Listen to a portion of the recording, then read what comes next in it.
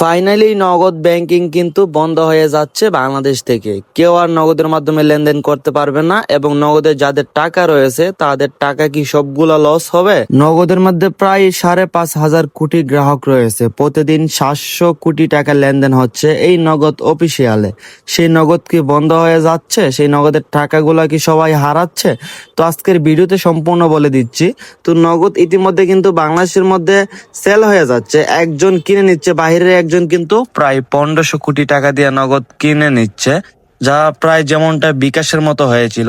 যেমনটা যারা কিনছে তাদের মাধ্যমে কিন্তু কোনো সমস্যা হইব না। এর আগেও কিন্তু নগদ একটি সমস্যা প্রবলেম হয়েছে। যেমন একজন গ্রাহকের অ্যাকাউন্টে ছিল 5,000 টাকা, কিন্তু সরাসরি 5,000 টাকা কিন্তু নগদ ব্যাংকে নেই, শুধু একটা সংখ্যা বসিয়ে দিচ্ছে। এইভাবে কিন্তু নগদ আর্নিংটা করেছে। তার জন্য এই নগদটা কিন্তু সেল হয়ে যাচ্ছে এবং 1500 কোটি টাকা কিন্তু একজন মালিকের এই পুরো নগদ কন্ট্রোল রুম কিন্তু কিনে ফেলছে। তো যাদের যাদের অ্যাকাউন্টে টাকা রয়েছে তাদের টাকা কোনো সমস্যা হইব না, স্বাভাবিকভাবে যেভাবে চলছে সেভাবেই চলবে, কোনো প্রকারের কোনো সমস্যা হইব না। কেউ চিন্তা করবেন না এবং কেউ বই পাবেন না।